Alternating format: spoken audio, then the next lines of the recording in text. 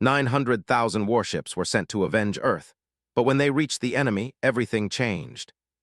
The streets were littered with debris, and the oceans had risen where no one had expected. People who had survived walked slowly, their faces blank and tired, haunted by what they had lost. Even the sky seemed sad, streaked with gray and red, as if mourning with them.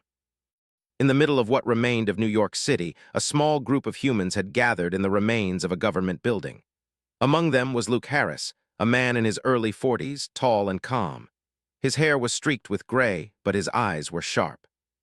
He moved among the survivors with a quiet authority that demanded attention, not through shouting, but because people trusted him.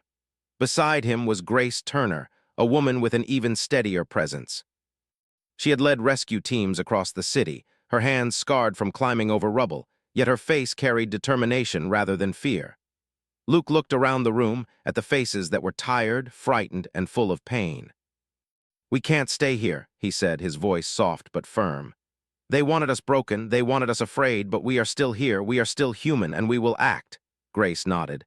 "We need a plan, something bigger than just surviving. Something that shows the galaxy we are not helpless." Outside, the sky had begun to shift in color.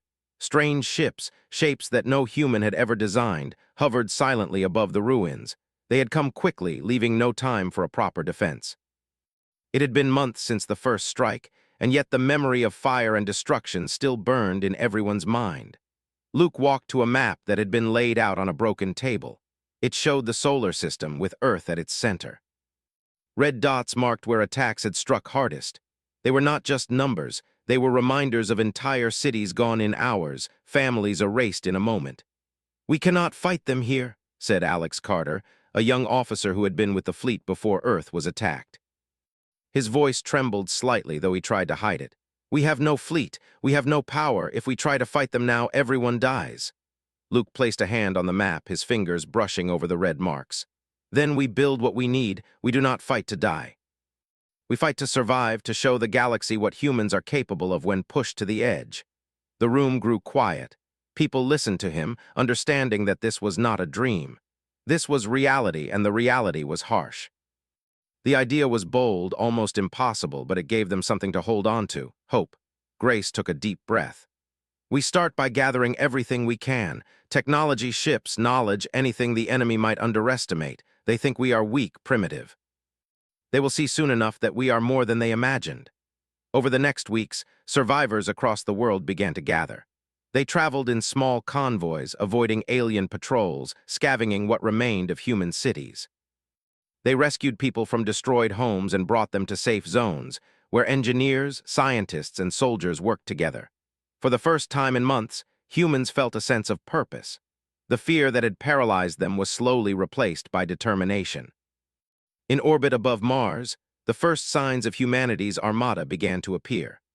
Warships that had been hidden in underground facilities, far from prying eyes, were brought together in massive orbital docks. Each ship was repaired, upgraded, and armed, not for random destruction, but for a mission that required precision and discipline. Hundreds of ships became thousands, thousands became tens of thousands, and soon they approached the unimaginable number of 900,000.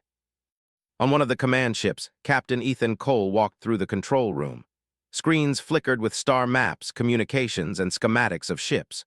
Crew members worked tirelessly, calibrating weapons, testing engines, and running simulations. Cole was a man of quiet confidence. He had seen war before, though nothing like this. He understood the stakes. Every decision he made now would affect not just soldiers, but millions of civilians across the galaxy. "Are we ready?" asked Maya Brooks, a strategist who had joined him just weeks earlier. She leaned over the holographic display of the fleet, her finger tracing the paths they would take. "The enemy expects fear. We need to give them strategy instead. We cannot let anger guide us." "Discipline will win this," Cole nodded. "Discipline, yes, but humanity has something they will never understand: resilience. They may have numbers, firepower, or technology beyond ours, but they do not have the will to survive like we do." Back on Earth, Luke watched the first of the warships leave the orbital docks. The fleet stretched across the void, a moving sea of human ingenuity and determination. People cheered, some with tears in their eyes. They knew the journey would be long, dangerous, and uncertain. But for the first time, they were not running. They were moving forward. Among the fleet was Noah Bennett, a young civilian analyst. He had never been part of a military mission before, but he had been chosen to observe and report. As he looked at the endless stretch of ships, he felt a strange mix of pride and fear. Each ship represented thousands of people, families, and friends. Each one carried hope, but also the burden of revenge. The fleet's journey through space was not easy. They traveled past worlds that had never seen humans before. Aliens watched silently from afar, some curious, some fearful. Many believed that humans were primitive, small, and disorganized. They thought humans would strike blindly out of anger and be destroyed easily. They did not understand the careful planning, the discipline, and the unity that had grown among humans since the attack on Earth. As the fleet moved further from the solar system, tensions arose among the crew. Fear of the unknown mixed with the desire for revenge. Arguments broke out over strategy, discipline, and priorities. Some wanted to strike first at any signs of the enemy, while others urged caution, patience, and observation. Luke and Grace communicated constantly with Cole and Brooks, ensuring that the human fleet remained organized and focused. One night, aboard a cruiser traveling near Jupiter, Alex Carter sat alone, staring at the stars. He remembered Earth before the attack, the laughter, the noise, the ordinary life people had taken for granted. He thought of his family, gone in an instant, and felt the deep ache of loss. But beneath that pain was something else, a sense of purpose that had never existed before. Humans were not just survivors anymore. They were architects of the future, even in the midst of tragedy. Across the fleet, small teams practiced coordination drills. Engineers repaired damaged engines, medics trained for emergencies, and strategists simulated possible enemy encounters. The humans worked tirelessly, driven by a determination that seemed to grow stronger with every passing day. They knew the enemy expected them to break, to become chaotic and emotional. But humans had learned patience in the ruins of their world. They had learned strategy, not just instinct. As the weeks passed, communication with distant allies became possible. Some alien civilizations that had previously considered humans insignificant began to watch with interest. They sent cautious messages, offering limited supplies, technical advice, and warnings. Humans accepted them politely, neither hostile nor fully trusting, knowing that the universe was full of both danger and opportunity. By the time the fleet reached the outer edge of the enemy's territory, the human warships had become more than machines. They were symbols. Symbols of resilience, of hope, and of the fact that a species that had once been underestimated could rise to unimaginable power. Luke, Grace, Cole, Brooks, and all the others understood that the real battle was not just against the enemy. They had to overcome fear, doubt, and despair within themselves. Even as the stars stretched endlessly around them, the humans felt a strange calm. They were ready for what was to come. They were ready not just to avenge their lost world, but to prove to the galaxy that humanity was not weak, primitive, or fragile. Humanity was unbroken, and the story of their survival had only just begun. As the first of the warships entered deep space, the crew members looked at one another silently. They knew that the path ahead would be difficult, that they might face enemies more powerful than anything they had imagined. But they also knew something the galaxy did not. Humans had a fire that could not be destroyed, a determination that could not be measured, and a spirit that would not bend. And so, with Earth behind them and the unknown stretching ahead, the human armada moved forward, each ship a testament to resilience, hope, and the unyielding will to survive. The universe had counted humans as small, weak, and primitive. But soon, very soon, that perception would change forever. The human armada moved steadily through the void of space, stretching like a long silver ribbon across the stars. Each ship carried thousands of people, soldiers, engineers, and civilians alike. Luke Harris stood on the bridge of one of the larger command ships, looking out at the fleet. He could see the glow of engines from hundreds of kilometers away, the endless ships forming a silent river of power and determination. "It's bigger than I imagined," said Alex Carter, stepping up beside him. He had grown accustomed to the scale of human engineering, but even he felt a sense of awe as he looked at the armada. "No enemy could ignore this." Luke nodded, his expression calm but serious. "They will try to ignore us. They always do. The galaxy thinks humans are small, weak, and careless. That has been our advantage for too long." On another ship, Captain Ethan Cole reviewed reports with Maya Brooks. The strategist pointed to the holographic map of the stars. We need to keep moving carefully. The enemy may have patrols or hidden ships, and we cannot take chances. But we also cannot waste time. The longer we delay, the more opportunity they have to regroup. Cole rubbed his chin thoughtfully. We will maintain formation and stay silent when needed. But we also need to prepare for surprises.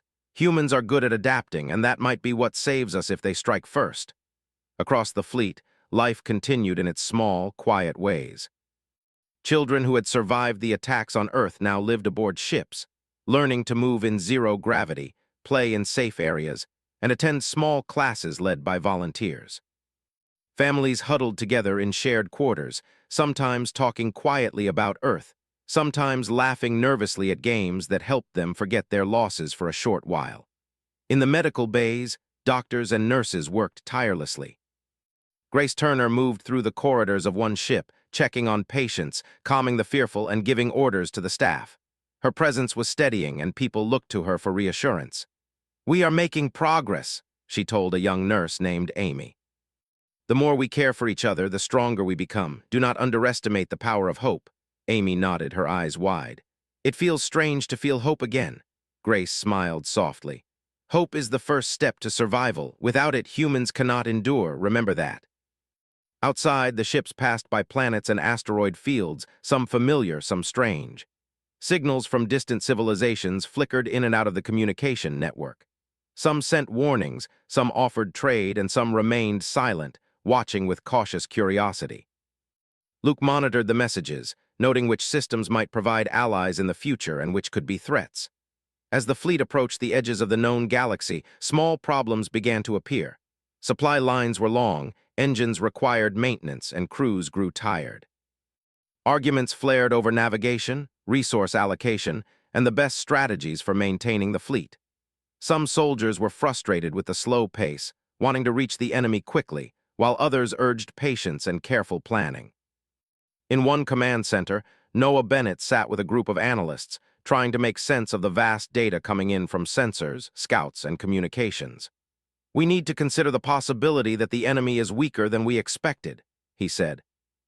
"Reports from the outer systems show signs of unrest, civil conflict, famine, abandoned worlds." A veteran officer named Sarah Morgan shook her head. "We cannot assume that. Even if they are weak, they may have traps or strategies we cannot predict." "We must stay ready for anything," Noah nodded. "I understand, but we also cannot let anger blind us. We have been trained to act, not react. We have to think ahead." The days passed slowly, but the humans adapted to life in the fleet. Routines became habits. Maintenance, training, and strategy meetings filled the schedules. Soldiers practiced drills in zero gravity, while scientists experimented with new technologies, improving engines, weapons, and shields. Engineers worked in shifts to repair minor damages caused by space debris or micrometeorites. Even small successes were celebrated, giving the fleet a sense of achievement and unity. Luke and Grace often met to discuss strategy and morale. "We cannot let frustration divide us," Luke said during one meeting. "The enemy expects us to break, but the truth is we are stronger when we are together. The galaxy underestimates the human ability to endure." Grace nodded. "It is more than endurance. It is creativity, intelligence, and adaptability. Humans survive because we think, not just because we fight. That is what makes us different from other species." One evening, as the fleet passed near a dense star cluster, scouts reported unusual activity. Small ships, fast and stealthy, were moving in patterns that suggested observation. Luke, Cole, and Brooks reviewed the sensor data carefully. "They are watching us," Cole said quietly, "but not attacking." Maya Brooks studied the patterns. "It looks like reconnaissance, not aggression. They are learning about us, trying to understand our formation and movement. That is good for us. We can see them, but they cannot see everything." Luke considered this. "We must remain alert. Observation is the first step before attack, but we do not give them a reason to strike. Patience will be our weapon here." Meanwhile, aboard smaller transport ships, families and civilians adapted to life in space. Children learned to play with floating objects, practice simple exercises to stay healthy, and attend lessons from volunteers who had teaching experience on Earth. Some of the youngest had never seen the surface of a planet and were curious about what was left behind. One boy named Sammy asked his mother, Lisa, as they floated in a small room, "Will we ever go back to Earth?" Lisa hugged him close. "I hope we will someday, but for now we must stay safe. We are building something bigger than just home. We are building a future." Sammy nodded slowly, still unsure but comforted by her words. Around them, life aboard the ship continued in small, ordinary ways, cooking, cleaning, talking, and sharing stories from Earth. These small moments reminded everyone of what they were fighting for, giving them strength for the journey ahead. As the fleet traveled farther, they began to detect faint signals from the enemy's border systems. The worlds they observed were strange, different from anything humans had seen before. Cities were quiet, forests were sparse, and signs of struggle were everywhere. Some planets showed abandoned structures, while others had evidence of natural disasters. Noah studied these signals with fascination and unease. "They are not ready for a fight," he said to a colleague. "Many of their systems are failing, their population is divided, they may have won battles before, but they have lost their ability to govern." The colleague frowned. "Does that mean we should attack immediately?" Noah shook his head. "No, we have the power, yes, but we also have the choice. And that choice is what makes us human. Patience, observation, and careful action will serve us better than anger ever could." Luke and Grace continued to guide the fleet, balancing the need for speed with caution. They understood that the enemy might be weakened, but they also knew that underestimating them could be fatal. Discipline became their mantra, and the human crews followed it with a level of focus that surprised even themselves. As weeks turned into months, the fleet grew more organized and efficient. The ships moved like a single organism, each one contributing to the whole. Training exercises became more advanced, simulations more realistic, and the humans began to feel a quiet confidence. They were no longer just survivors. They were a force moving across the stars, united by purpose and determination. On the bridge of a cruiser, Cole and Brooks watched as scouts returned with new data. "Their fleets are scattered," Brooks said. "Many systems are vulnerable, but they are not completely defenseless. We must remain disciplined and avoid any unnecessary risks." Cole nodded. "We will not strike blindly, but when the time comes, we will be ready. Humans are not weak, and we never will be." In quieter moments, Luke thought about Earth and what it had taught humanity. The planet had been destroyed, yes, but it had also shown humans their resilience. People could endure unimaginable loss, adapt to extreme situations, and rise again. That lesson was now embedded in every person aboard the fleet. Grace often reminded the crews of this. "The galaxy will see our strength in time," she said. "Not just in weapons, but in our ability to endure, to plan, and to act with purpose. Humans do not break easily. That is our greatest power." As the Armada moved closer to the edge of the enemy's territory, the humans felt a mixture of anticipation and tension. They did not know exactly what awaited them, but they were prepared in ways that few could imagine. Every crew member understood that their actions could shape not only the fate of humanity, but the future of the galaxy itself. One night on a ship far from the command vessels, a young engineer named Daniel lay awake, staring at the stars. He had never imagined that humans could build so many ships, travel so far, or organize so effectively. "We are really doing this," he whispered to himself. "We are moving forward, we are alive, and we are human." Across the fleet, similar thoughts echoed. Families held each other close, soldiers prepared quietly, and leaders made decisions that would shape the future. The human armada had become more than a collection of ships. It had become a symbol of hope, resilience, and determination. And as the stars stretched endlessly around them, the humans knew that their journey was only beginning. They were moving into unknown space, approaching an enemy that had once seemed invincible. But humans were not the same species they had been before the attack on Earth. They were stronger, wiser, and more united than ever. The galaxy had once called them primitive, small, and weak. Now, with 900,000 ships moving steadily toward the unknown, the humans were proving that they were anything but. And somewhere deep in the stars, the first signs of change were beginning to stir in the enemy's territory, unaware of the force that approached, united not by hatred alone, but by the quiet, relentless power of human determination. The human armada had traveled for months, moving steadily through the dark reaches of space. The ships were no longer just machines. They had become homes, fortresses, and symbols of hope. Every crew member, from the youngest child to the oldest engineer, had grown stronger, more disciplined, and more aware of the purpose that bound them together. Luke Harris stood on the bridge of his command ship, staring at the holographic map of the stars. Red and yellow markers indicated worlds that the enemy once controlled. Many of these systems showed signs of collapse. Cities were empty, industries had stopped, and the signals of life were weak. The humans had expected defenses, traps, and resistance. Instead, they found silence. "Why is it so quiet?" Alex Carter asked, standing next to him. He had grown used to the calm, the preparation, and the long days of travel, but this quiet was different. It was eerie. Luke shook his head. "I do not know, but silence can be dangerous. We must stay alert. We cannot assume weakness means safety." Across the fleet, Captain Ethan Cole and strategist Maya Brooks reviewed the latest reports. "Many of the enemy systems are failing," Maya said. "Civil unrest, resource shortages, population decline. If they are not careful, they may collapse on their own." Cole frowned.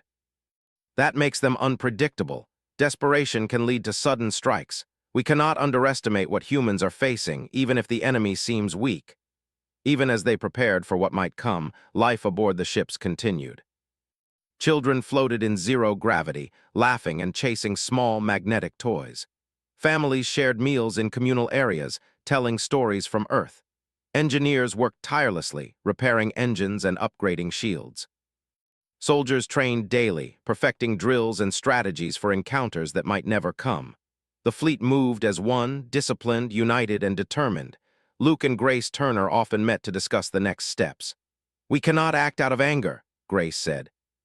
"The enemy destroyed our home, yes, but our purpose now is not to destroy blindly. Our purpose is to survive and to show the galaxy what humanity truly is." Luke nodded. "We have that power, but we also have choices. The fleet must remember that strength is not just in weapons. Strength is in restraint, patience, and intelligence." As the fleet moved closer to the enemy's core systems, scouts reported more strange signs. Cities were partially abandoned, fleets were scattered, and in many cases, planets had no organized leadership. Humans had expected a show of force, a grand army ready to repel them. Instead, they found a civilization weakened by its own mistakes and cruelty. Noah Bennett studied these reports with growing concern and curiosity. "They are not ready for a fight," he said. "But we cannot be sure. Even a weak enemy can cause damage if they strike at the right moment." One day, as the Armada entered the outskirts of the enemy's inner system, a scout ship returned with images of a city in ruins. The buildings were cracked and broken. Fires had burned in several districts, streets were empty, and signs of famine were visible everywhere. Luke stared at the images. "This is not the result of our actions," he said quietly. "This was their own doing. Their people have suffered long before we arrived." Grace placed a hand on his shoulder. "That is why we must be careful. If we strike now, we may harm those who have already been hurt. Humanity cannot repeat the mistakes of the past. We will not destroy what is already broken." The fleet continued to advance, cautious but ready. Along the way, they encountered small enemy patrols, weakly armed and poorly coordinated. In every case, the humans avoided unnecessary conflict, allowing the enemy to retreat rather than fighting. This strategy frustrated some of the more aggressive soldiers who wanted to strike first, but the leaders maintained control. Aboard one of the smaller cruisers, a young officer named Rachel Davis watched a scout ship return from a planet. "They expected us to attack immediately," she said. "But we waited. They are confused, unsure of what humans will do next." Her commander, David Coleman, nodded. "That is exactly the point. We are not predictable. They expect fear and rage, but we bring patience and intelligence." That is something they cannot understand. The humans began to observe the enemy's population more closely. Families, children, and elderly citizens were struggling to survive. Food shortages were common. Communications were unreliable. Many enemy leaders had abandoned their posts or turned against each other. It was a civilization in collapse, and yet humans had not caused this destruction. They had only arrived. Luke considered the implications. "If we act with restraint, we have a chance to change everything," he said. "The galaxy believes humans are violent, reckless, and primitive, but what if we prove them wrong? What if humanity becomes a force not just feared but respected?" Grace nodded. "That is the true mission. Revenge is easy, wisdom is harder, but it lasts longer." In the quiet moments between observation and preparation, the humans began to make contact with some of the enemy's citizens. Small teams led by Lily Adams moved to planets where civilians were at risk, offering aid, medical care, and supplies. At first, there was fear and distrust. People had been told stories of humans as monsters, destroyers of worlds. But slowly, trust began to grow. One young woman, Alara, approached a human team cautiously. She had lost her family and had lived in hiding for months. "Why are you helping us?" she asked. "You could destroy us easily, why don't you?" Lily smiled gently. "Because we are not here to destroy. We are here to survive, to help, to show that humans are more than their strength. We have power, yes, but we also have choice." Alara hesitated, then nodded. "I don't understand it, but thank you." As more civilians received aid, the humans realized that their approach had a greater impact than they had imagined. Word spread quickly among the enemy population that humans had arrived not to conquer, but to offer assistance. The fear that had dominated these worlds began to shift into curiosity, and eventually, cautious hope. Back aboard the command ships, Luke, Grace, Cole, and Brooks continued to coordinate. They debated every move, every interaction, and every signal received. The humans had the power to strike at the heart of the enemy, but they chose not to. Every act of restraint, every decision to help rather than destroy, strengthened their position far more than a single victory in battle ever could. Noah Bennett recorded all of this carefully. "The galaxy will remember this," he said quietly. "Humans could have destroyed everything, but they chose wisdom. That is something no one expects from us." Even soldiers who had trained for combat began to understand the power of restraint. They practiced drills not just for attack, but for protection, evacuation, and support. Every person aboard every ship learned that strength was not measured only by firepower, but by discipline, patience, and care for others. One night, as the fleet moved silently past a system once known for its power, scouts detected signs of life, small, scattered groups of civilians trying to survive. They were weak, fearful, and in desperate need of help. Luke called a meeting with his officers. "We can strike. We could take what we want. We could destroy these worlds without consequence, but we will not. We will offer aid. We will show that humanity is not defined by anger, but by choice." The officers nodded, some quietly, some with surprise. They had expected a battle, yet they found themselves part of something far greater, a mission that tested not only their skill, but their morality. The humans deployed aid teams carefully, moving quickly to provide food, medicine, and safety. They helped rebuild small sections of infrastructure, repaired communication networks, and offered guidance for local governance. People who had once feared humans now began to see them in a new light, as protectors, not destroyers. Even enemy leaders who remained in power were confused. Reports of humans helping civilians, avoiding unnecessary violence, and providing hope spread rapidly. "They do not act like a conqueror," one enemy commander said, shaking his head. "They are not angry. They do not want revenge. How can this be?" Maya Brooks studied the reports and smiled. "This is the beginning of change. They expected fear, and instead they find guidance. That is something no military strategy can predict. Humanity is rewriting the rules." As weeks passed, the fleet continued its careful advance. Humans observed, helped, and maintained discipline. The enemy civilization remained weak, fragmented, and fearful, but it was no longer hostile in the traditional sense.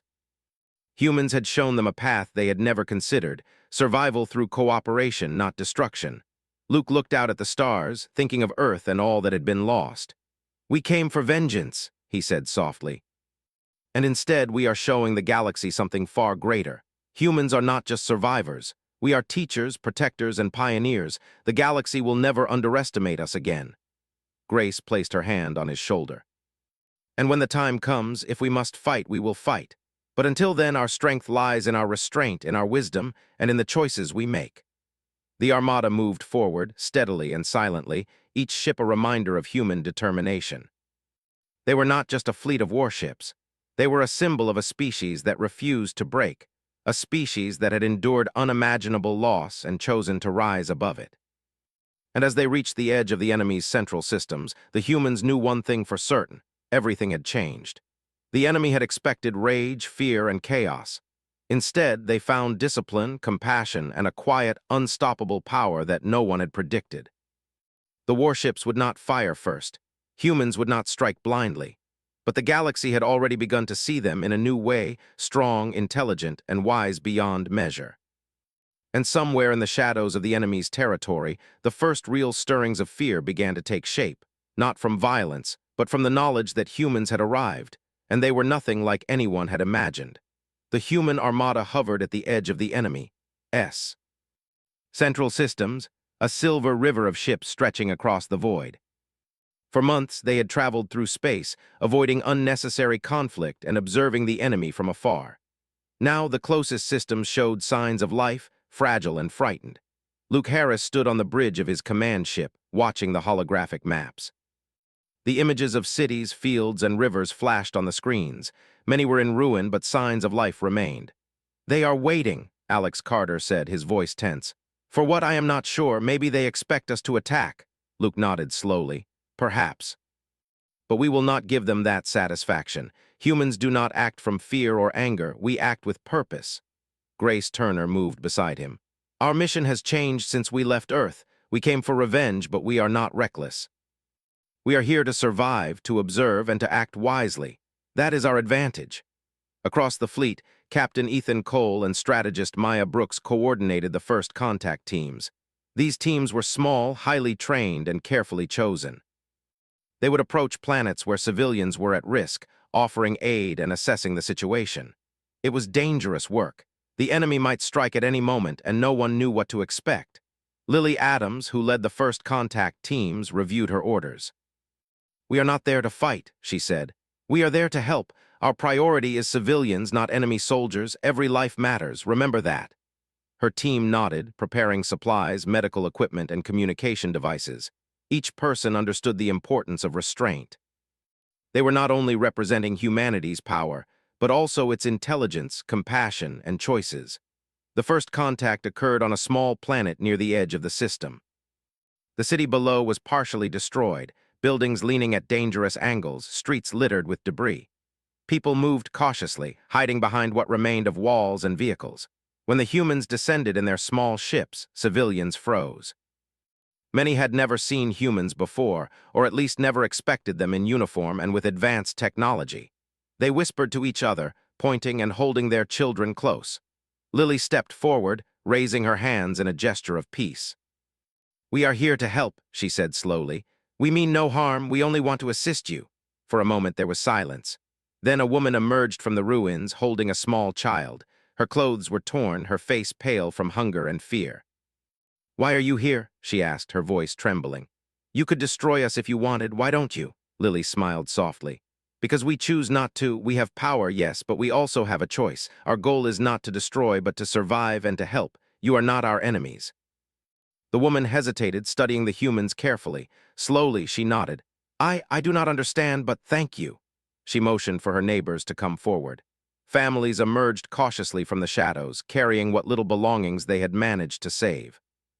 The humans distributed food, water, and medical supplies. They repaired damaged communications and provided safe areas for children to play.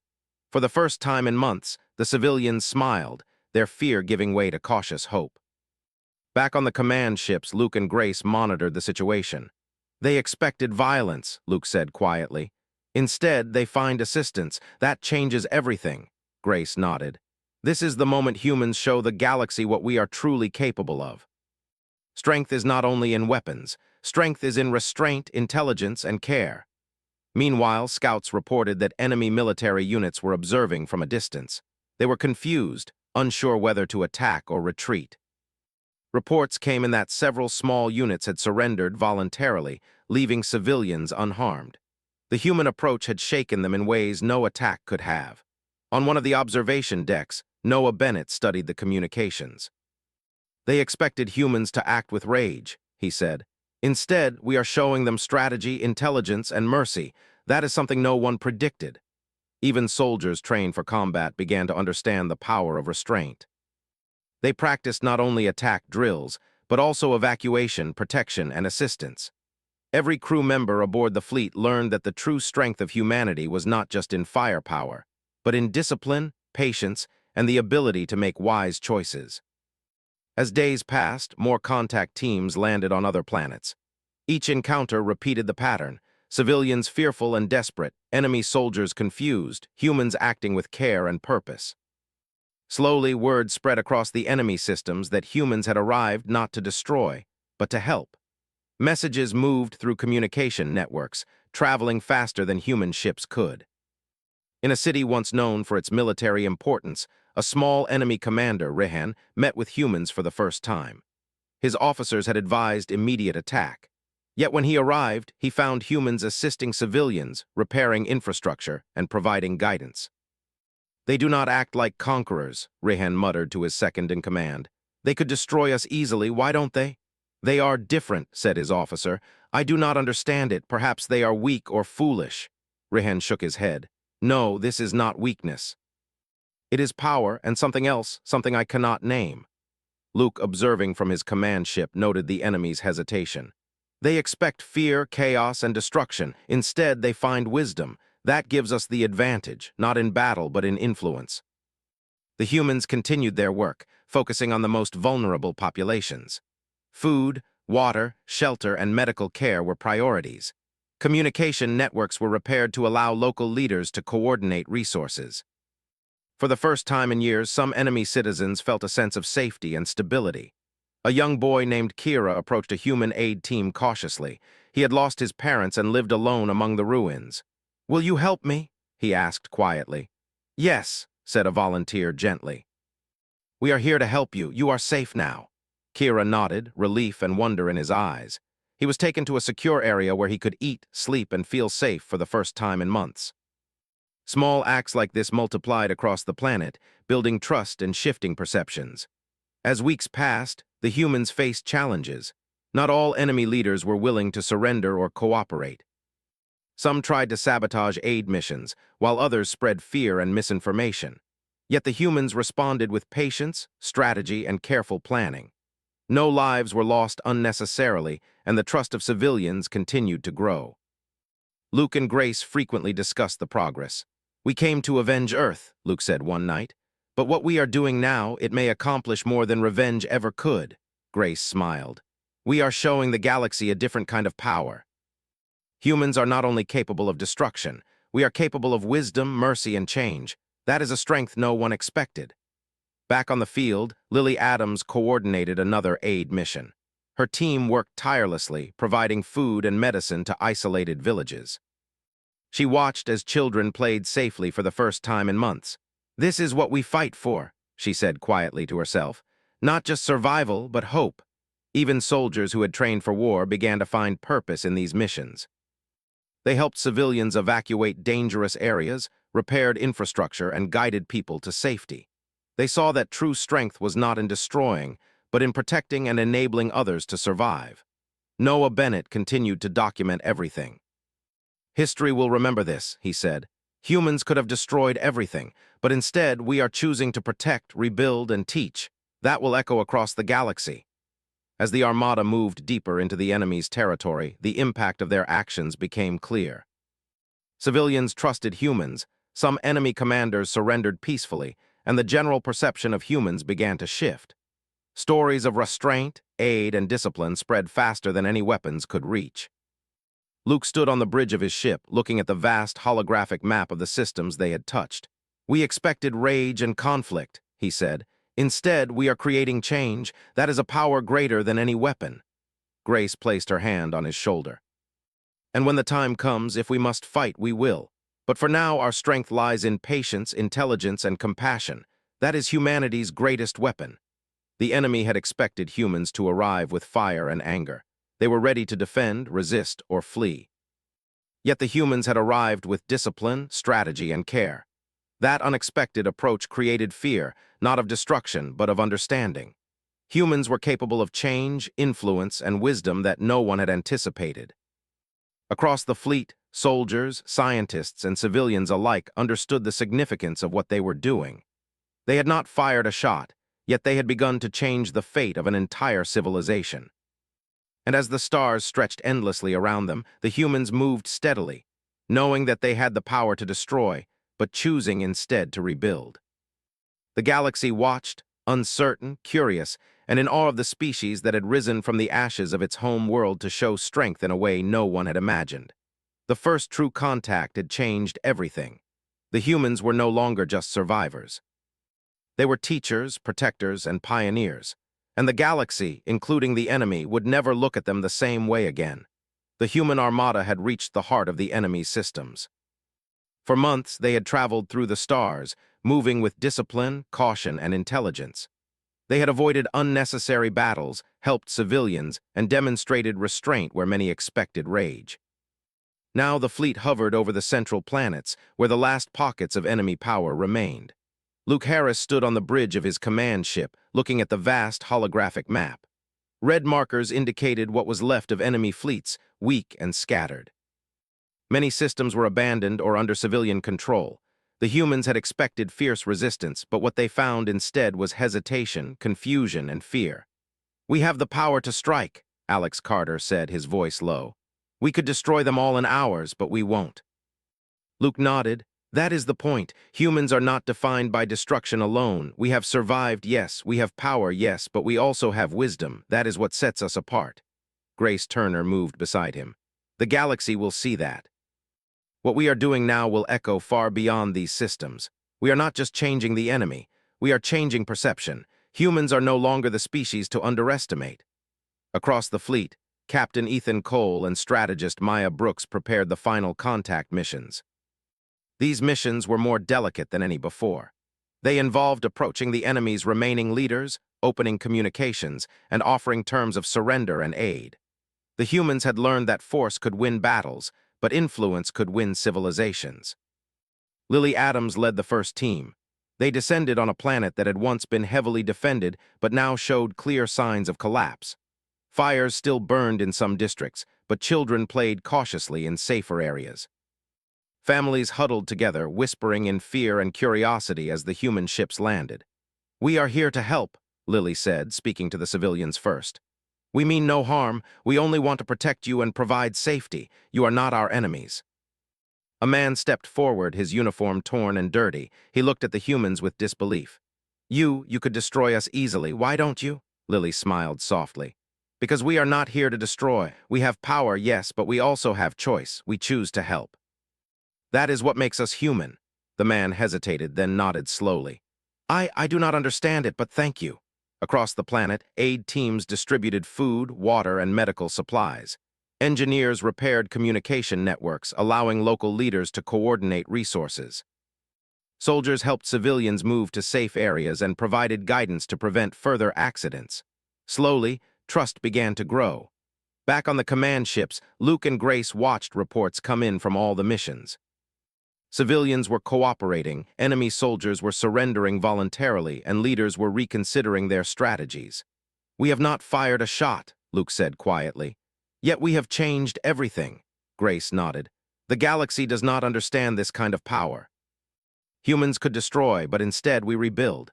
That is something no one expected." Even enemy commanders who had been preparing for final defense found themselves confused. Reports of humans assisting civilians, offering aid, and showing restraint spread quickly. Many began to surrender, realizing that resistance would only harm their people without stopping the humans. One commander, Rehan, finally agreed to meet with the humans in a neutral location. He had expected rage, weapons, and threats. Instead, he found calm, organized humans ready to offer terms of surrender. "You could destroy us," Rehan said quietly. "Why don't you?" Luke looked at him steadily. "Because destruction does not make us strong. Wisdom does, mercy does. We have power, yes. But power without purpose is meaningless. We choose to protect, not to destroy." Rehan studied the humans carefully. I cannot believe this. You are not like any species I have known." Grace spoke gently. "We are human. We have survived, yes, but we have also learned. We act with reason, not just instinct. That is why we are here and why you should surrender. Your people will be safe." Rehan paused, then slowly nodded. "I agree. For the people, we surrender." Across the fleet, similar scenes unfolded. Enemy units surrendered peacefully. Civilian populations accepted aid. The human approach had created trust where fear had ruled for decades. Soldiers trained for war now worked to rebuild, engineers repaired infrastructure, and civilians learned to trust their former enemies. Luke walked through the command ship, observing the crew. They were exhausted, yes, but also proud. They had traveled across the galaxy, faced fear and uncertainty, and now had achieved more than any battle could accomplish. "This is what humans do," he said softly to himself. "We survive, we adapt, we rebuild, that is our power." Grace joined him. "And the galaxy will see it. They believed humans were primitive, reckless, and weak. Now they will see wisdom, discipline, and strength of a different kind." Even young civilians aboard the fleet began to understand the significance of their journey. Children who had grown up in zero gravity watched the stars and learned that humanity could choose its path, even in the face of overwhelming power. They understood that survival was not just about fighting, but about making the right choices. Noah Bennett continued to record every event carefully. "History will remember this," he said quietly. "Humans could have destroyed everything. But instead, we chose to protect and to teach. That will echo across the galaxy for generations." In the following weeks, the human fleet helped stabilize the enemy systems. Trade routes reopened, communication networks were repaired, and civilians began to rebuild their communities. Humans offered guidance, not domination. Slowly, the perception of humans across the galaxy shifted. They were no longer considered primitive or reckless. They were intelligent, disciplined, and capable of shaping the future. Luke and Grace continued to coordinate efforts, ensuring that the transition was smooth. "We came to avenge Earth," Luke said one night, looking at the stars. "But what we are doing now, it is far greater than revenge. We are creating a future." Grace smiled. "We are proving to the galaxy that strength is not only in weapons, it is in wisdom, restraint, and the ability to make choices that change everything. That is humanity's greatest power." Even soldiers who had trained for combat found purpose in rebuilding. They helped civilians, repaired infrastructure, and coordinated resources. They realized that real strength was not in destroying, but in protecting and enabling others to survive. As the months passed, humans and former enemies began to work together. Small councils were formed, combining human advisors with local leaders. Civilians learned new ways to manage resources and prevent disasters. Children went to schools rebuilt by human engineers. Slowly, stability returned. Luke observed the progress from his command ship. "We could have destroyed them all," he said softly. "But instead, we are building something stronger, something that will last. That is what humans do. We survive and we improve the world around us." Grace nodded. "And the galaxy will remember this. Not for the destruction we could have caused, but for the wisdom and care we chose instead." Even enemy leaders, once filled with fear and anger, began to admire humans. They saw a species that had endured immense loss and could have taken revenge without hesitation. Instead, humans had chosen restraint, guidance, and protection. That example reshaped how they thought about power and responsibility. Luke spoke to his officers one final time. "The warships will remain not as weapons of destruction, but as guardians. We have the ability to destroy, yes, but our true power lies in discipline, intelligence, and compassion. That is what humanity will be remembered for." Across the galaxy, the story of the humans spread.